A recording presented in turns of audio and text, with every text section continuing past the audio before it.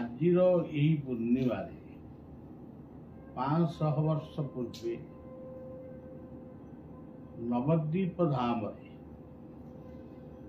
ମହାପ୍ରଭୁ ଚୈତନ୍ୟଙ୍କର ଜନ୍ମଗ୍ରହଣ ହୋଇଥିଲା। ସେଇଦିନ ଚନ୍ଦ୍ରଗ୍ରହଣ ପୂର୍ଣ୍ଣ ଚନ୍ଦ୍ରଗ୍ରହଣ ମଧ୍ୟ ହେଇଥିଲା।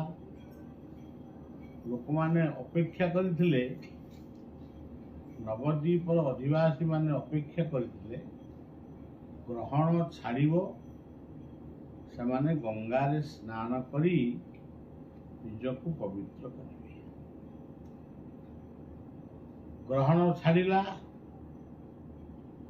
ହରିବୋଲ ହୁଳହୁଳି ଶବ୍ଦରେ ନଦିଆ ଧାମ ପୁରି ଉଠିଲା।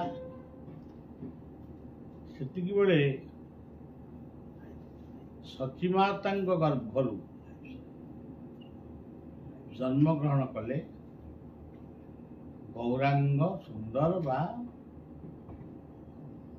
ଯାହାଙ୍କୁ ଆପଣ ଚୈତନ୍ୟ ବୋଲି କହୁଛନ୍ତି।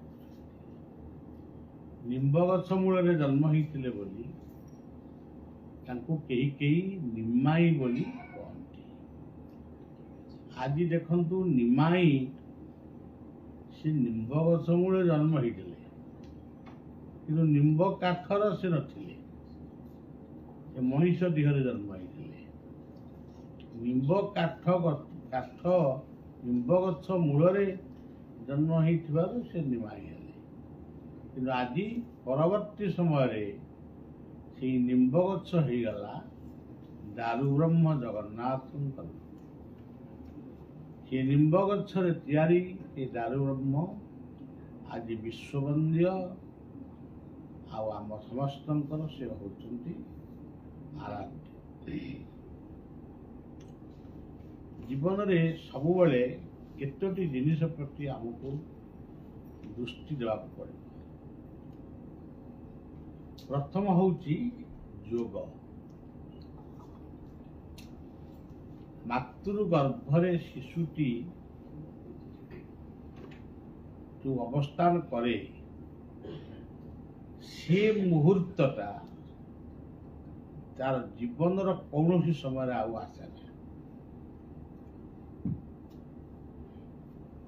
ହିମାଳୟର ପର୍ବତ ଗୁମ୍ଫା, ପାହାଡ଼ର ଗୁମ୍ଫା ଠାରୁ ସବୁଠାରୁ ଶ୍ରେଷ୍ଠ ଗୁମ୍ଫା, ନିର୍ଜନ ନିରୋଳା ଗୁମ୍ଫା, ସେ ହେଉଛି ମାତୃଗର୍ଭର ଗୁମ୍ଫା।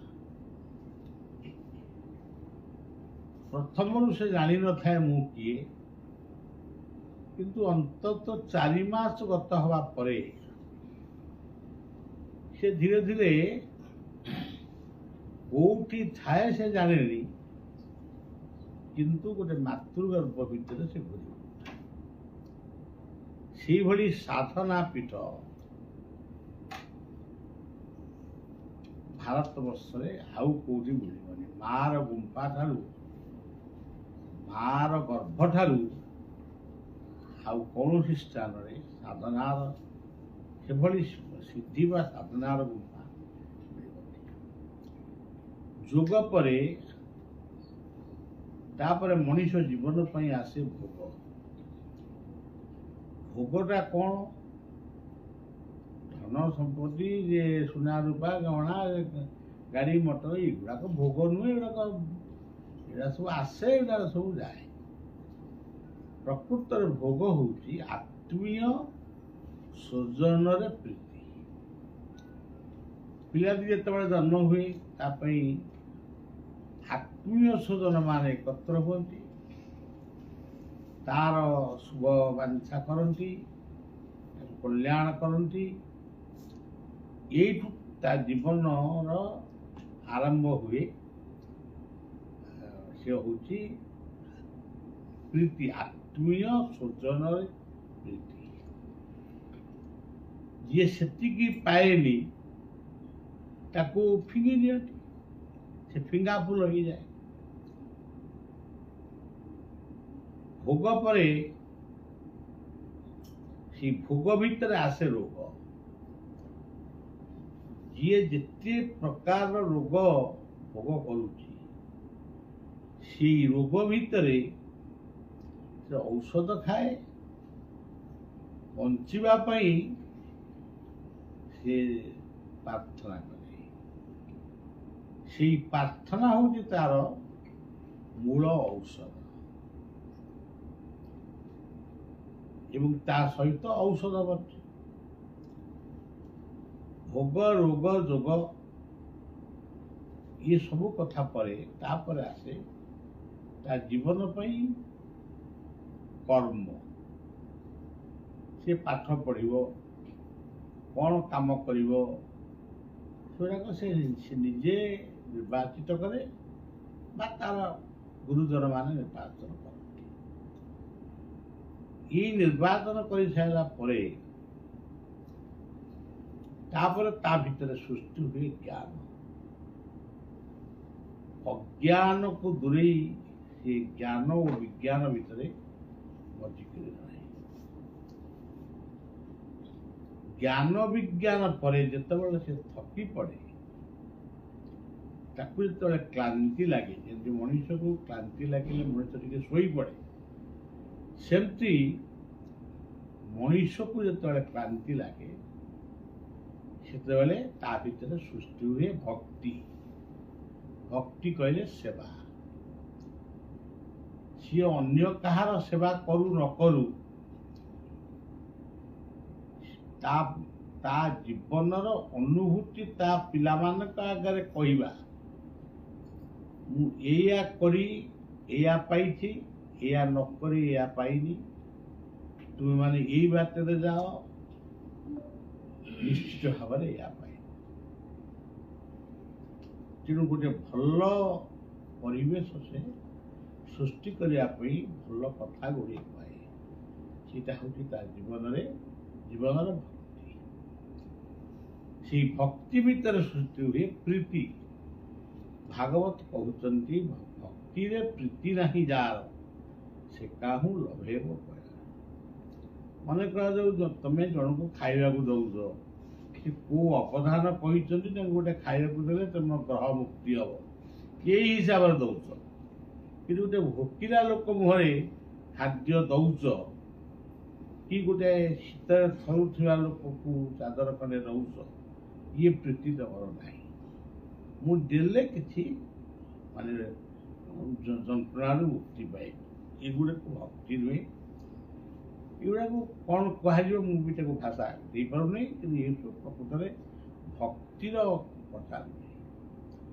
तेणु भक्ति प्रीति भोग जोग रोग ता भीतर त्याग भी रही। त्याग ही पुरुष व्याघ्र बोलिकी कहते। त्याग माँ निजुको त्याग करी उपासना करुच्ची तार संतान पे, बापा निजुको त्याग करी से तार पिला मानक केमती मनीष कर से चेष्टा कर सब गुड़ा को लेकिन गोटे पूर्णांग जीवन। जीवनटा खाली कहले मोर हाथ अच्छी गोड़ अच्छी आखि अच्छी यही मोर पूर्णांग जीवन, यहाँ पूर्ण अवयव, यहाँ पूर्ण अवयव। कि पूर्णांग जीवन हूँ जो जोग रोग त्याग भोग भक्ति प्रीति जो सब रही हूँ प्रकृत पूर्णांग जीवन। तेणु से पूर्णांग जीवन आवश्यक आज समाज में रही। आज हिंसा विद्वेष भितर आज भी मनीष खोजुची शांति। शांति कौटू आसो? आज धर्म धर्म भितर युद्ध, मत मत भितर विवाद, तो शांति कौटी मिलुनी। तथापि आमको शांतिर संधान करने दिने समय थिला आम शुणीचु इतिहास जबरदस्ती धर्म को नष्ट करा। जी धर्म त्याग करुला जबरदस्ती हानि दिया। तेणु आज जदि से सब कथाटा परिवर्तन न हुए शांति मिल। आम आम आश्रम भितर कि घर भितर बस भावुँ आम टीवी अच्छी फ्रिज अच्छी एसी अच्छी आम शांति ये शांति प्रभु चाहती नहीं। ଶାନ୍ତି ହେଉଛି ସର୍ବେ ଭବନ୍ତୁ ସୁଖୀନ। ଶେଷରେ ସମସ୍ତଙ୍କୁ ଶାନ୍ତିରେ ରହିବା ପାଇଁ ମୁଁ ପ୍ରଭୁଙ୍କୁ ପ୍ରାର୍ଥନା କରୁଛି ଏବଂ ଆପଣମାନେ ଖରାଦିନ ହଉ ବର୍ଷା ଦିନ ହଉ ଧରିତ୍ରୀ ମାର ଶାନ୍ତି ପାଇଁ ବୃକ୍ଷରୋପଣ କରିବେ, ମଦ୍ୟ ମାଦକାରୀ ନିଶାଦ୍ରବ୍ୟରୁ ବିମୁକ୍ତ ହେବେ, ପତିହରା ମା ମାନଙ୍କୁ ନିଜର ମା ଭଳି ସେବା କରିବେ ଏବଂ ସବୁବେଳେ ନିଜକୁ ଗଠନ କରିବା ସହିତ ଅନ୍ୟକୁ ଗଠନ କରିବା ପାଇଁ ଚେଷ୍ଟା କରିବେ। ଏତିକି କହି ମୋ କଥାକୁ ଏଇଠି ବିଶ୍ରାମ କରୁଛି। ଜୟ ଗୁରୁ।